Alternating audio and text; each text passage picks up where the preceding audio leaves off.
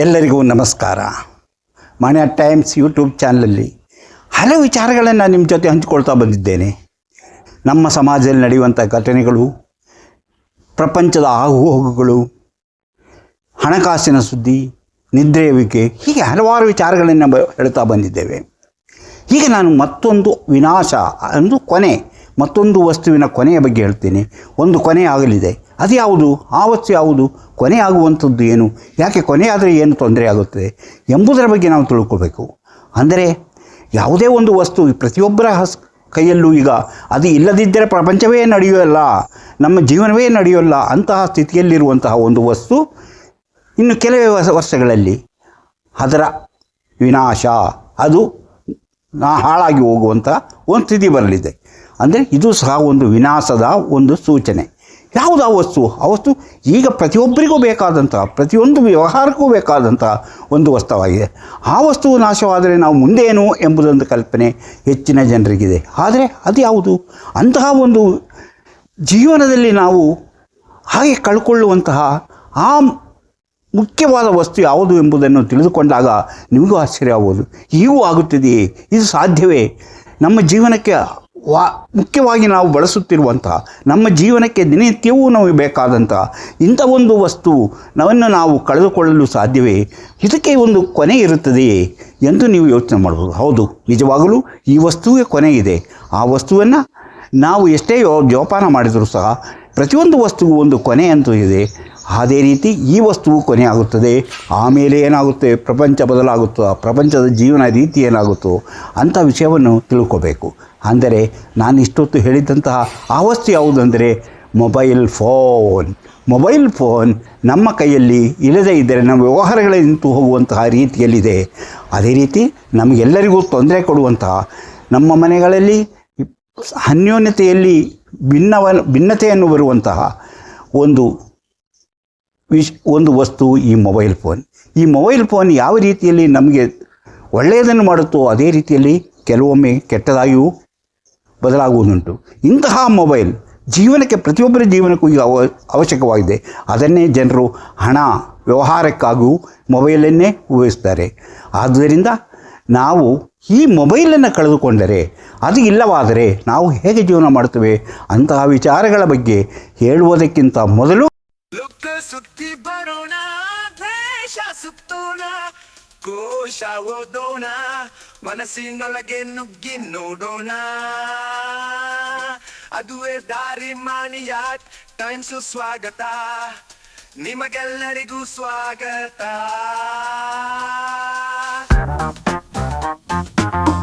ಎಲ್ಲರಿಗೂ ಮಾಣಿಯ times YouTube ಚಾನಲ್ಗೆ ಸ್ವಾಗತ. ಮೊಬೈಲ್ ಫೋನ್ ಯುಗ ಮುಗಿಯಿತು. ಹೇಗೆ ಮುಗಿಯುತ್ತದೆ? ಅದಕ್ಕೇನು ಕಾರಣ? ಮೊಬೈಲ್ ಫೋನ್ ಇನ್ನು ಕೆಲವೇ ವರ್ಷಗಳಲ್ಲಿ ಯಾರ ಕೈಯಲ್ಲೂ ಇರುವುದಿಲ್ಲ. ಅದರ ಬದಲು ಏನಾಗುತ್ತೆ? ಹಾಗಾದರೆ ಮೊಬೈಲ್ ಇಲ್ಲದ ಮೇಲೆ ನಮ್ಮ ಜೀವನ ಹೇಗೆ ನಡೆಯುತ್ತದೆ ಎಂಬ ಸಂಶಯ ಎಲ್ಲರನ್ನು ಕಾಡಬಹುದು. ಅಂಥ ಸಂಶಯ ಬರೋದೆ. ಹಾಗಾದರೆ ಅದಕ್ಕೊಂದು ಬೇರೆ ಹಿಂದೆ ಲ್ಯಾಂಡ್ ಫೋನ್ ಇತ್ತು. ಅದಕ್ಕಿಂತ ಮೊದಲು ಬರೀ ಪತ್ರಗಳಲ್ಲೇ ವ್ಯವಸ್ಥೆ ಇತ್ತು. ಲ್ಯಾಂಡ್ ಫೋನ್ ಇತ್ತು, ಲ್ಯಾಂಡ್ ಫೋನ್ ಹೋಯಿತು.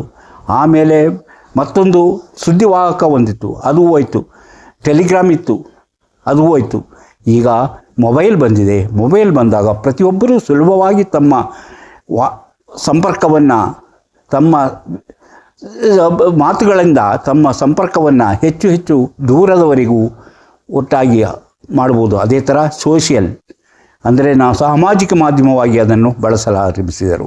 ಅದೇ ರೀತಿ ನಮ್ಮ ಹಣಕಾಸಿನ ವ್ಯವಹಾರಕ್ಕೂ ಮೊಬೈಲ್ ಭಾಳ ಅತಿ ಮುಖ್ಯವಾದಂಥ ವಸ್ತುವಾಯಿತು. ಹಿಂದೆ ಇದ್ದಂಥ ಲ್ಯಾಂಡ್ ಫೋನಿಗೆ ಅಂಥ ಮಹತ್ವ ಇಲ್ಲವಾಯಿತು. ಟೆಲಿಗ್ರಾಮ್ ಅನ್ನೋದು ನಿತ್ಯ ಹೋಯಿತು. ಅಂತಹ ಸಮಯದಲ್ಲಿ ನಾವು ಈ ಮೊಬೈಲನ್ನು ಬಳಸಿ, ಅದು ಇಲ್ಲದಿದ್ದರೆ ಜೀವನವೇ ಇಲ್ಲ ಎಂದು ತಿಳ್ಕೊಂಡು ಅದರಂತೆ ಈಗ ನಾವು ನಮ್ಮ ಜೀವನವನ್ನು ನಡೆಸುತ್ತಿದೆ. ಪ್ರತಿಯೊಬ್ಬರೂ ಬೆಲೆ ಬಾಳುವಂತಹ, ಸಾವಿರಾರು ರೂಪಾಯಿ ಬೆಲೆ ಬಾಳುವಂತಹ ಮೊಬೈಲನ್ನಿಟ್ಟುಕೊಂಡು ಜೀವನ ನಡೆಸುತ್ತಿದ್ದಾರೆ. ಇಂತಹ ಮೊಬೈಲ್ ಸಹ ಇನ್ನು ಕೆಲವೇ 10 ವರ್ಷಗಳಲ್ಲಿ ಅದರ ಕಥೆಯು ಮುಗಿಯುತ್ತದೆ. ಈಗಾಗಲೇ ಅದಕ್ಕೆ ಬೇಕಾದಂತಹ ಕೆಲಸಗಳು ಆರಂಭವಾಗಿದೆ.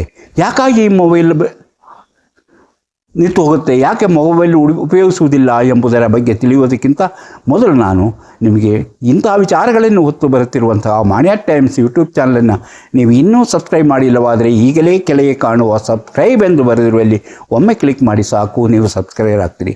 ಅದೇ ರೀತಿ ಪಕ್ಕದಲ್ಲಿ ಕಾಣುವ ಗಂಟೆಯ ಚಿಹ್ನೆಯನ್ನು ಒಮ್ಮೆ ಒತ್ತಿದರೆ ಮಾನ್ಯ ಟೈಮ್ಸ್ ಯೂಟ್ಯೂಬ್ ಚಾನಲ್ ಯಾವುದೇ ಹೊಸ ವೀಡಿಯೋ ಅಪ್ಲೋಡ್ ಆದ ಕೂಡಲೇ ನಿಮ್ಮ ಮೊಬೈಲ್ಗೆ ನೋಟಿಫಿಕೇಷನ್ ಬರುತ್ತೆ. ಆದ್ದರಿಂದ ನೀವು ಎಲ್ಲ ವೀಡಿಯೋಗಳನ್ನು ನೋಡಿ ಹೆಚ್ಚು ಹೆಚ್ಚು ವಿಷಯಗಳನ್ನು ತಿಳಿದುಕೊಂಡು ನಿಮ್ಮ ಜೀವನಕ್ಕೆ ಯಾವುದು ಅವಶ್ಯಕವೋ ಅದನ್ನು ಅಳವಡಿಸಿಕೊಂಡಾಗ ನೀವು ಜೀವನದಲ್ಲಿ ಅಭಿವೃದ್ಧಿಯಾಗಬಹುದು, ಯಶಸ್ವಿಯಾಗಬಹುದು. ಹಾಗೆ ಪ್ರತಿಯೊಂದು ವಿಡಿಯೋವನ್ನು ಆರಂಭದಿಂದ ಕೊನೆಯವರೆಗೂ ನೋಡಿ, ಲೈಕ್ ಮಾಡಿ, ಶೇರ್ ಮಾಡಿ, ಪ್ರೋತ್ಸಾಹ ಕೊಡಿ. ಈಗ ನಾನು ಮೊಬೈಲ್ ಫೋನ್ನ ಯುಗ ಮುಗಿಯಲಿದೆ. ಅದಕ್ಕೆ ಕಾರಣ ಏನು?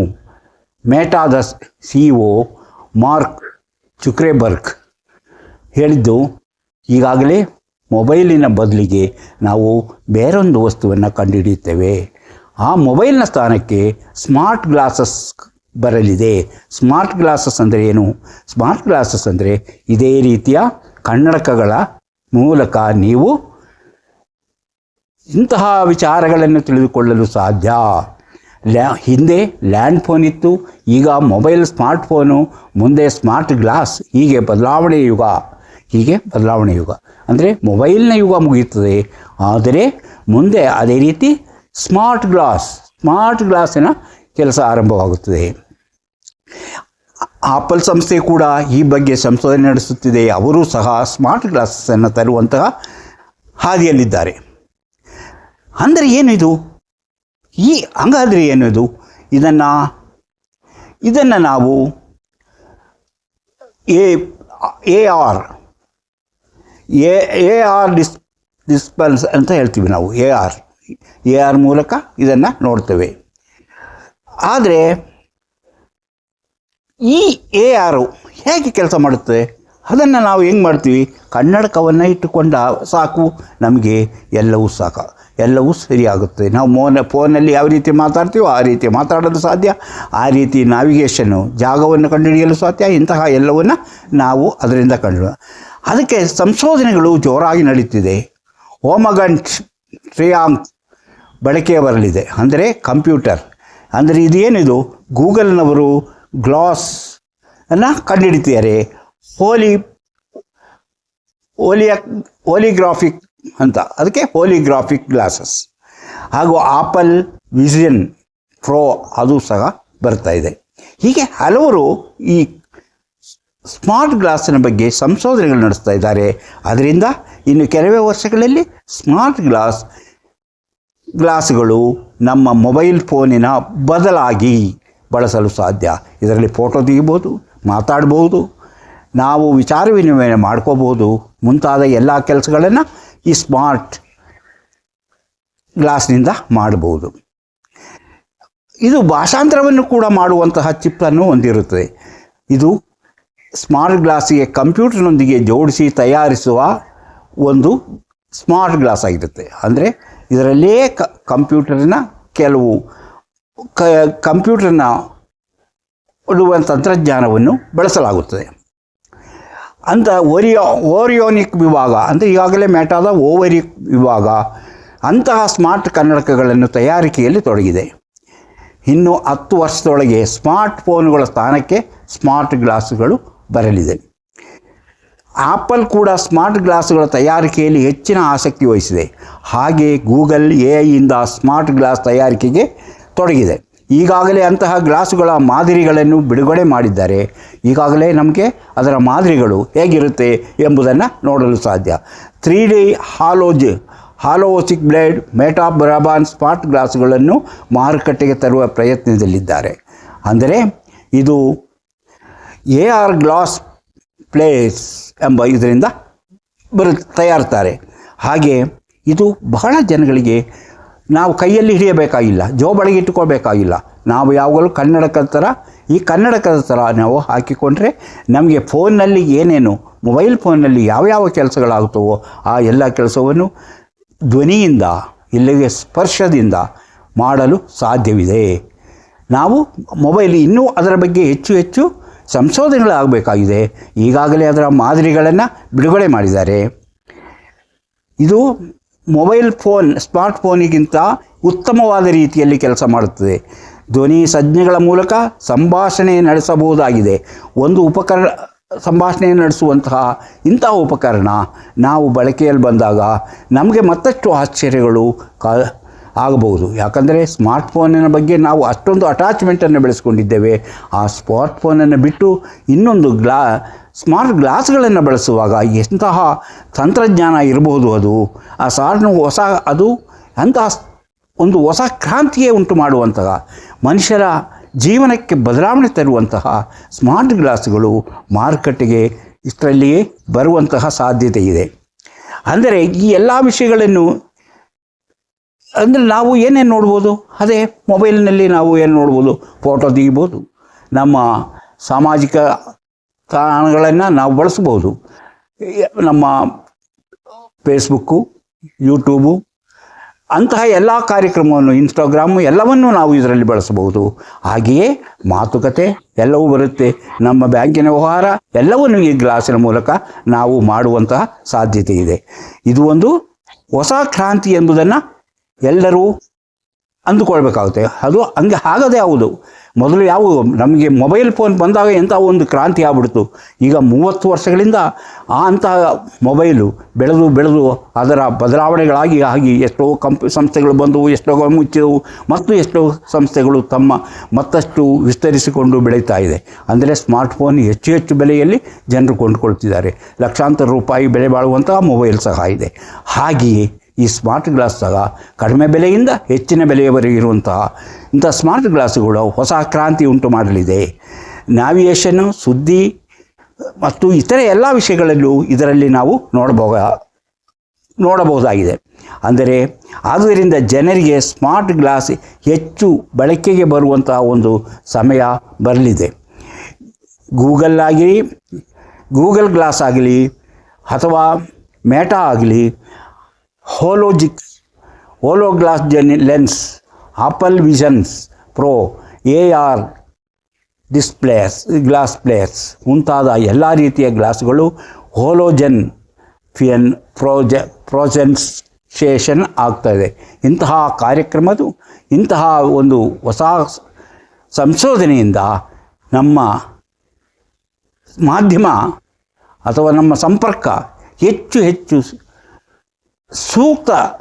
ಸೂಕ್ಷ್ಮವಾದ ರೀತಿಯಲ್ಲಿ ಬದಲಾಗ್ತಾ ಇದೆ. ಇಂತಹ ಒಂದು ಮೊಬೈಲ್ ಫೋನ್ ಯುಗ ಮುಗಿದು ಸ್ಮಾರ್ಟ್ ಗ್ಲಾಸ್ಗಳ ಯುಗ ಬರುತ್ತದೆ. ಆಮೇಲೆ ಅದಕ್ಕಿಂತ ಇನ್ನೂ ಉತ್ತಮವಾದ ಬೇರೆ ಯುಗಗಳು ಆರಂಭವಾಗುತ್ತದೆ. ಅಂದರೆ ಪ್ರಪಂಚದಲ್ಲಿ ಹೀಗೆ ಅಭಿವೃದ್ಧಿಯ ಪಥ ಬದಲಾಗ್ತಾ ಇರುತ್ತದೆ. ಯಾವ ರೀತಿ ಬದಲಾಗ್ತಾ ಇರುತ್ತೋ ಅದನ್ನು ನಾವು ಈಗಲೇ ಹೇಳೋಕ್ಕೆ ಸಾಧ್ಯ ಇಲ್ಲ. ಆದರೆ ಪ್ರತಿಯೊಂದು ಕೊನೆ ಆಗುತ್ತದೆ. ಹಿಂದೆ ಇದ್ದಂತಹ ರೇಡಿಯೋಗಳು ಈಗ ಬೇರೆ ರೀತಿಯಲ್ಲಿ ಬಳಕೆ ಆಗುತ್ತೆ. ಹಿಂದೆ ಇದ್ದಂಥ ಟೇಪ್ ರೆಕಾರ್ಡ್ ಬಳಕೆ ನಿಂತು ಹೋಯಿತು, CD ಪ್ಲೇಯರ್ಗಳು ನಿಂತು ಹೋಯಿತು. ಈಗ ಎಲ್ಲವೂ ಬೇರೆ ರೀತಿಯ ಕಂಪ್ಯೂಟರೈಸ್ಡ್ ಆಗಿದೆ. ಅದೇ ರೀತಿ ಈಗ AI ಬಂದಿದೆ. AI ಹೆಚ್ಚು ವಿಷಯಗಳು ಜನರಿಗೆ ತಲುಪುವಂತಾಗಿದೆ, ಹೆಚ್ಚು ವಿಷಯಗಳು ತಿಳಿಯುವಂತಾಗಿದೆ. ಇದೇ ರೀತಿ ನಮ್ಮ ಸಂಪರ್ಕ ಸಾಧನವಾದ ಸ್ಮಾರ್ಟ್ಫೋನ್ ಕೂಡ ಮುಂದೆ ಹಳೆಯದಾಗಿ ಸ್ಮಾರ್ಟ್ ಗ್ಲಾಸ್ ಹೊಸ ರೂಪದಲ್ಲಿ ಬರುವಂಥ ಒಂದು ಸಮಯ ಬರ್ತಾ ಇದೆ. ಹೀಗೆ ನಾವು ಪ್ರತಿಯೊಂದನ್ನು ನೋಡುವಾಗ ನಾವು ಈ ಮೆಟಾ CEO ಮಾರ್ಕ್ ಸುಜಕರ್ಬರ್ಗ್ ಹೇಳಿದಂತಹ ಈ ಬದಲಾವಣೆ ಕೆಲವೇ ವರ್ಷಗಳಲ್ಲಿ ನಮ್ಮ ಎಲ್ಲ ಕಡೆಯೂ ಬರಲಿದೆ. ಅಂದರೆ ಮಾರ್ಕ್ ಸುಜಕರ್ಬರ್ಗ್ ಅವರ ಮಾತುಗಳು ಈಗ ನಿಜವಾಗಿ ಅದು ಹೆಚ್ಚು ಜನಪ್ರಿಯವಾಗುವ ಒಂದು ವಸ್ತುವನ್ನು ಮತ್ತೆ ಮಾರ್ಕೆಟಿಗೆ ತರುವಂಥ ಸಂಶೋಧನೆಯಲ್ಲಿ ತೊಡಗಿದ್ದಾರೆ. ಈಗಾಗಲೇ ಅದರ ಮಾದರಿಗಳು ಮಾರುಕಟ್ಟೆಗೆ ಬಂದಿದೆ. ಇಂತಹ ಸ್ಮಾರ್ಟ್ ಗ್ಲಾಸ್ಗಳು ಪ್ರತಿಯೊಂದು ವಾಹನಗಳಲ್ಲೂ ಅದನ್ನು ಬಳಸಬಹುದು, ಗ್ಲಾಸ್ಗಳಲ್ಲಿ ಬಳಸಬಹುದು, ಕಿಟಕಿಗಳಲ್ಲಿ ಬಳಸಬಹುದು. ಹಾಗೆ ಎಲ್ಲಿ ಬೇಕಾದರೂ ಅದನ್ನು ಬಳಸಿ ನಾವು ನಮ್ಮ ವಿಚಾರಗಳನ್ನು ತಿಳಿದುಕೊಳ್ಳಬಹುದು. ಅದೇ ರೀತಿ ನಾವು ಕನ್ನಡಕ ಹಾಕ್ಕೊಂಡು ನಾವು ಪ್ರತಿಯೊಂದನ್ನು ಕೈಯಲ್ಲಿ ಹಿಡಿಯೋದು ಬೇಡ, ಕನ್ನಡಕ ಹಾಕ್ಕೊಂಡು ಆ ಕನ್ನಡಕದ ಮೂಲಕ ಇದೆಲ್ಲವನ್ನು ನೋಡಲು ಸಾಧ್ಯ. ಇಂಥ ಬದಲಾವಣೆಯಲ್ಲಿ ಆಸಕ್ತಿ ಮೂಡುವಂತಹ ಒಂದು ಸಂಶೋಧನೆ ನಡೀತಾ ಇದೆ. ಅಂದರೆ ಗೂಗಲ್ನವರಾಗಲಿ, ಆಪಲ್ನವರಾಗಲಿ, ಇನ್ನೂ ಹಲವು ಸಂಸ್ಥೆಗಳು ಇದರ ಬಗ್ಗೆ ಹೆಚ್ಚು ಆಸಕ್ತಿಯಿಂದ ಸಂಶೋಧನೆಗಳು, ಅದರ ಹೆಚ್ಚು ವಿಶಾಲವಾದಂತಹ ಒಂದು ರೀತಿಯಲ್ಲಿ ಜನರಿಗೆ ಉಪಯೋಗವಾಗುವಂಥ ರೀತಿಯಲ್ಲಿ ಅದನ್ನು ತಯಾರಿಸುವ ನಿಟ್ಟಿನಲ್ಲಿ ಮುಂದುವರಿದಿದ್ದಾರೆ. ಇಂತಹ ಒಂದು ವಿಷಯ ಈಗ ಹೆಚ್ಚು ಜನಪ್ರಿಯವಾದಂತಹ ಚರ್ಚಾ ವಿಷಯವಾದಂತಹ ಒಂದು ವಿಷಯವಾಗಿದೆ. ಹಲವರು ಜನರು ಕೇಳ್ತಿದ್ದರು, ಈ ಮೊಬೈಲ್ನ ನಂತರ ಯಾವ ರೀತಿ ಬರುತ್ತದೆ, ಏನಾಗುತ್ತದೆ ಅಂತ. ಈಗ ಮೊಬೈಲ್ನ ಬಳಿಕ ಬರ್ತಾ ಇರುವುದೇ ಸ್ಮಾರ್ಟ್ ಗ್ಲಾಸ್. ಅದೇ ರೀತಿ ಟಿ ವಿಯ ಬಳಿಕ ಏನಾಗ್ಬೋದು, ಅದೇ ಟಿ ವಿಯೇ ಇಲ್ಲದೇ ಇದ್ದಂಗೆ ನಾವು ಎಲ್ಲಿ ಬೇಕಾದರೂ ಚಿತ್ರ ನೋಡುವಂತಹ ಒಂದು ಹೊಸ ವಿಧಾನ ಬರ್ಬೋದು. ಹಾಗೆ ಪ್ರತಿಯೊಂದಕ್ಕೂ ಬದಲಾವಣೆ ಇರುತ್ತೆ. ಅದೊಂದು ಯುಗ ಕಳೆದು ಹೋಗಿ ಮತ್ತೊಂದು ಹೊಸ ಯುಗ ಆರಂಭವಾಗುತ್ತದೆ. ಅದೇ ಈಗ ಮೊಬೈಲ್ನ ಯುಗ ಕೊನೆಯಾಗಲಿದೆ, ಸ್ಮಾರ್ಟ್ ಗ್ಲಾಸ್ಗಳ ಯುಗ ಶುರುವಾಗಲಿದೆ. ಇಂತಹ ಹಲವಾರು ವಿಚಾರಗಳಿವೆ. ಅಂಥ ವಿಚಾರಗಳನ್ನು ಮುಂದಿನ ವಿಡಿಯೋಗಳಲ್ಲಿ ಹೇಳುತ್ತಾ ಹೋಗ್ತೇವೆ. ಇಂಥ ವಿಡಿಯೋ ನಿಮ್ಗೆ ಇಷ್ಟವಾದರೆ ಈಗಲೇ ಲೈಕ್ ಮಾಡಿ, ಶೇರ್ ಮಾಡಿ, ಪ್ರೋತ್ಸಾಹ ಕೊಡಿ. ಅದೇ ರೀತಿ ನೀವು ಇನ್ನೂ ಮಾಣಿ ಅಟ್ ಟೈಮ್ಸ್ ಯೂಟ್ಯೂಬ್ ಚಾನಲನ್ನು ಸಬ್ಸ್ಕ್ರೈಬ್ ಮಾಡಿಲ್ಲವಾದರೆ ಈಗಲೇ ಕೆಳಗೆ ಕಾಣುವ ಸಬ್ಸ್ಕ್ರೈಬ್ ಎಂದು ಬರೆಯುವಲ್ಲಿ ಒಮ್ಮೆ ಕ್ಲಿಕ್ ಮಾಡಿ ಸಾಕು, ನೀವು ಸಬ್ಸ್ಕ್ರೈಬ್ ಆಗ್ತದೆ. ಅದೇ ರೀತಿ ಪಕ್ಕದಲ್ಲಿ ಕಾಣುವ ಗಂಟೆಯ ಚಿಹ್ನೆಯನ್ನು ಒಮ್ಮೆ ಕ್ಲಿಕ್ ಮಾಡಿದರೆ ಮಾಣಿ ಅಟ್ ಟೈಮ್ಸ್ ಯೂಟ್ಯೂಬ್ ಚಾನಲ್ ಯಾವುದೇ ಹೊಸ ವೀಡಿಯೋ ಅಪ್ಲೋಡ್ ಆದಕೊಳ್ಳೆ ನಿಮ್ಮ ಮೊಬೈಲಿಗೆ ನೋಟಿಫಿಕೇಷನ್ ಬರುವುದರಿಂದ ನೀವು ಎಲ್ಲ ವೀಡಿಯೋಗಳು ನೋಡಿ ಹೆಚ್ಚು ಹೆಚ್ಚು ವಿಷಯಗಳನ್ನು ತಿಳಿದುಕೊಂಡು ನಿಮ್ಮ ಜೀವನ ಅಭಿವೃದ್ಧಿಪಡಿಸಬಹುದು, ನಿಮ್ಮ ಜೀವನ ಸಂತೋಷವಾಗಿರುವಂತೆ ನೋಡಿಕೊಳ್ಳಲು ಸಾಧ್ಯ. ಇಂತಹ ಮತ್ತೊಂದು ವಿಡಿಯೋದೊಂದಿಗೆ ಮತ್ತೆ ಬರುತ್ತೇನೆ. ಇಷ್ಟು ಹೊತ್ತು ಈ ವಿಡಿಯೋ ನೋಡಿದ ನಿಮಗೆಲ್ಲರಿಗೂ ಧನ್ಯವಾದ.